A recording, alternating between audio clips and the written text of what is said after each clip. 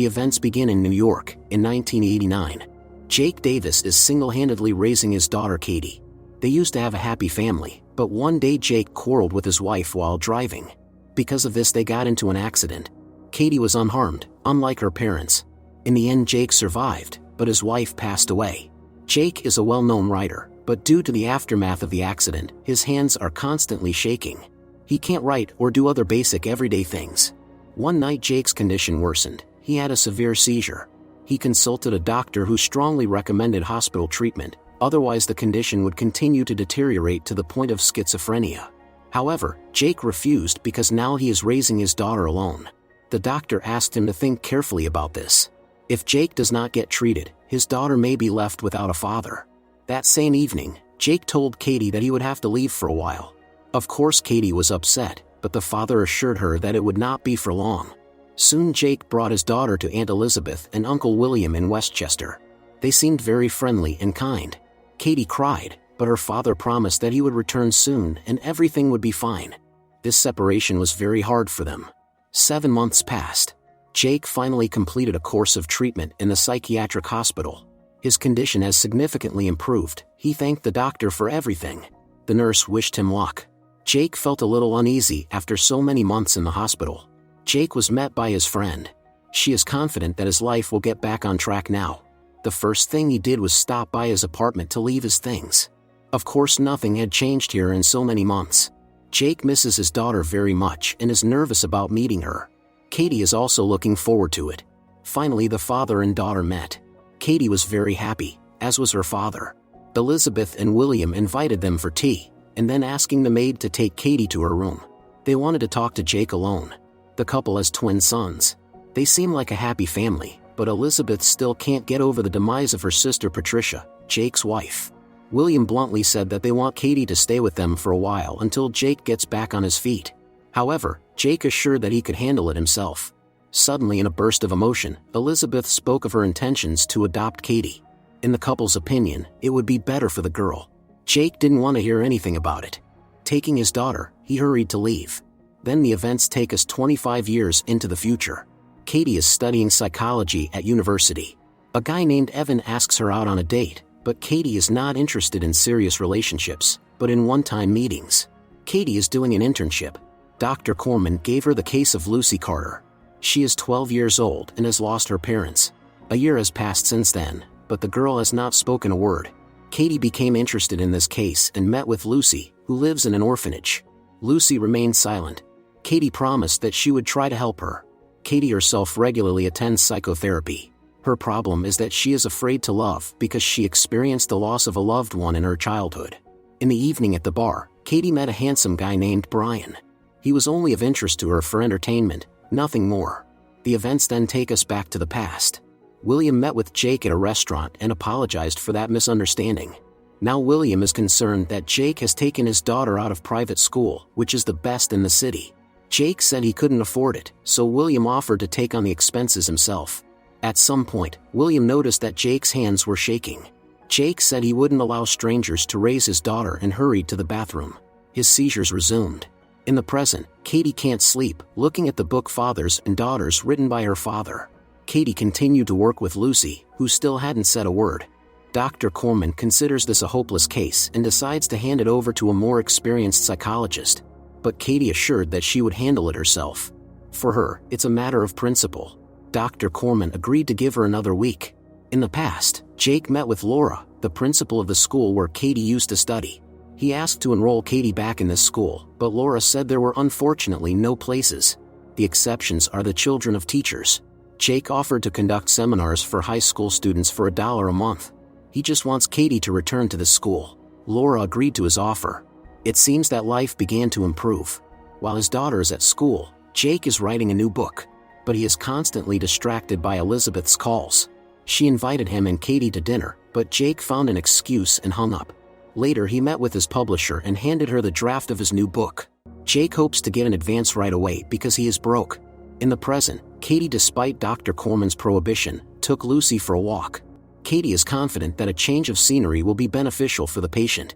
Suddenly the girl took her hand. Katie reported this success to Dr. Corman, but it did not convince her. As planned, Dr. Corman intends to change Lucy's doctor from Tuesday. Katie had to tell Lucy that she would now be communicating with another doctor. The girl replied that she didn't want that. For the first time in a year, she spoke. Katie was very proud of herself. She remembered how in the past the father met her from school and said that he had sold his book and could now buy her any toy. Katie wanted a pink bike. These were the happiest moments in her life. In the evening, she with her father painted and sang their favorite song. Jake talked about his new book, which he started writing today. Jake wants to dedicate it to his daughter. It will be a book about them. In the present, Katie is again having fun at the club. A guy approached her who said that it seems his favorite writer and her father are one and the same person. The guy named Cameron confessed that this book changed his life when he was going through a difficult time as a child. The young people discussed the book all evening. Cameron is interested in whether everything described in the novel is true. Katie said that in reality it was not as fun as in the book. Later, they continued to chat while walking. Cameron said that he is a freelancer and is now writing his first novel called 2 is the Perfect Number. Cameron walked Katie home and suggested meeting tomorrow. In the past, Jake read an excerpt from his new book in front of fans. When he finished, the audience applauded. Jake's hands are shaking, but he tries to pretend that everything is normal. However, when Jake started signing autographs, it became impossible to hide it. Apologizing, he went into a separate room where he had another seizure.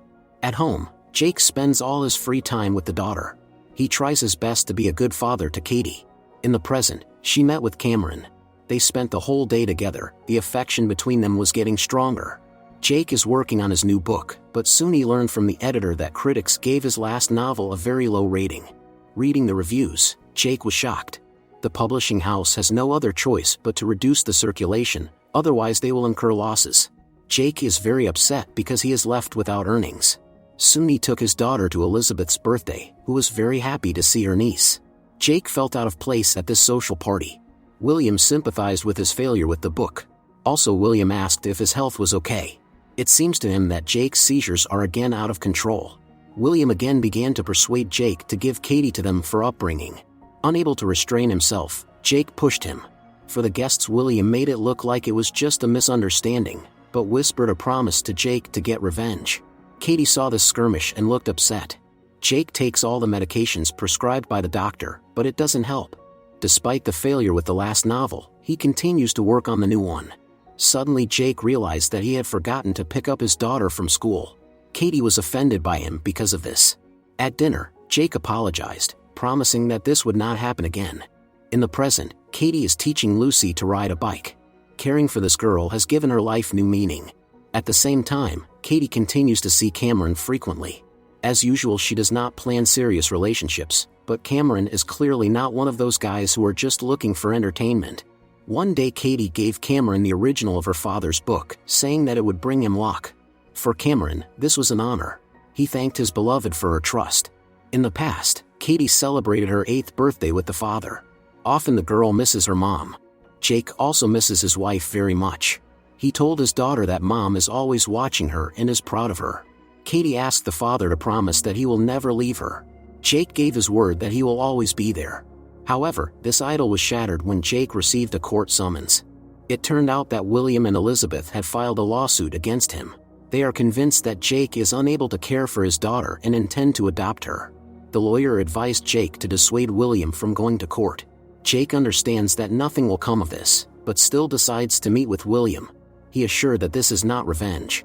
According to William, he and his wife are only concerned about Katie's well-being. Of course, Jake doesn't believe him. However, he regrets his outburst of anger at the party. But William is not going to back down, believing that he has every chance of winning the lawsuit, as Jake has no stable income. Moreover, the fact that Jake spent 7 months in a psychiatric hospital reduces his chances. Jake doesn't understand how William, out of his pride, could want to separate a daughter from her only parent. This is the most terrible act one can imagine. In the present, Katie is spending time with Cameron at the bar. When he went for a drink, one of her numerous exes approached her. He was persistent. Katie tried to drive him away, but he didn't leave. Cameron intervened, who got into a conflict with the guy. Suddenly, Katie's suitor said that she is not a girl for serious relationships. Cameron drove him away. At home, Katie told her beloved the whole truth about herself. But Cameron doesn't care what kind of life she led before because he loves her. Katie explained that in this way she tried to fill the void in her soul. Cameron was sympathetic. It seems their relationship has only gotten stronger. One day Cameron suggested they go together to his mother's birthday. Katie didn't expect this, but agreed. However, at the last moment, she changed her mind, saying that she was not ready for this. She rushed to leave, but Cameron followed her and got into the taxi with her. The guy understood that she chickened out because she can't let go of the past. Cameron is tired of this and wants to understand what Katie wants from their relationship. Katie ran out of the taxi, but Cameron followed her again and stopped her. Then Katie confessed that she just doesn't know how to behave. Cameron hugged her, calming down. In the past, Jake received a call from a lawyer who said that their petition was denied, so they would have to try to win the case. The lawyer wants $25,000 in advance, but Jake doesn't have that kind of money. He has no idea what to do now and decides to take 2 loans from the bank. Jake realizes that he could lose his home. In addition, his work on the book has stalled. Later, after taking his daughter to school, Jake sat on the porch steps and started writing right here. The change of scenery benefited him. At home, Jake was putting his manuscript into print format. He even forgot to break for food. Perhaps this will be a new masterpiece. Katie is upset that the father is paying less attention to her, being constantly occupied with his new book. Because of this, the girl gets angry, not understanding that the father is working so hard for her sake. Jake explained to his daughter that he was really trying. The daughter hugged him. For her, the most important thing is that her parent is nearby. In the present, Katie asked Lucy what she feels when she thinks about her mother. Lucy replied that she misses her a lot. Katie also thinks a lot about the past. It's hard for her to love someone because she is afraid that sooner or later, the people she loves will leave her. Katie is once again drinking alone at the bar. At some point, a guy noticed her. Despite her relationship with Cameron, Katie flirts with the guy and spends the night with him. After that, she feels guilty. Cameron noticed that something was wrong, but Katie assured him that everything was fine.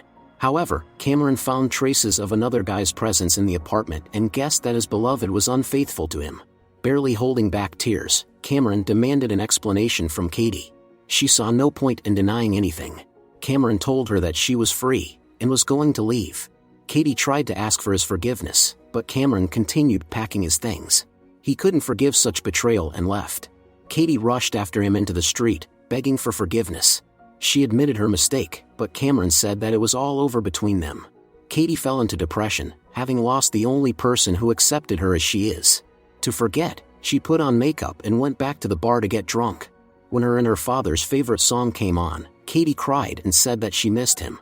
In the past, Jake almost stopped sleeping, constantly working on his book. Dr. Corman gives Katie some great news. Lucy will soon be leaving the orphanage because she has been adopted by a kind family. Unfortunately, Katie was not allowed to visit Lucy. According to Dr. Corman, it would be better for the girl to forget about this place as soon as possible. It's a standard procedure. Katie came to say goodbye to Lucy, who was very scared because she would have to live in a different family and go to a new school. They went for a walk in the park. Katie said that she barely remembers her mother, but she loved her father very much, who suffered from an illness. Despite everything, he never gave up. His book is dedicated to the daughter. It was his way of saying goodbye to her. Katie understands that the father really didn't want to leave her, but life can often be cruel and unfair. Lucy promised that she wouldn't give up either, no matter what lay ahead. The lawyer informed Jake of some good news. Elizabeth is filing for divorce because she found out about her husband's affair with his secretary. As a result, William withdrew his lawsuit. Soon Jake brought his new novel to the publisher, written in just 3 months. It used to take him years to write his books. Jake fears that he will no longer be able to take care of his daughter. His seizures are becoming more frequent. One day he fell, hit himself and passed away. At the funeral, Katie cried bitterly. Now she had lost both parents. Elizabeth was always there and of course took Katie in with her. In the present, gathering her courage, Katie came to Cameron and said that she missed him and loved him very much. However, there was another girl in Cameron's apartment already. Katie thanked her beloved for everything and left, remembering how the father's last novel became a bestseller and won numerous awards. Unfortunately, Jake couldn't witness his triumph. In the present, Katie visited Elizabeth, whose life had turned out unhappily. No riches matter to her now, for it is worthless without love. Returning home, Katie saw Cameron at the door. They embraced.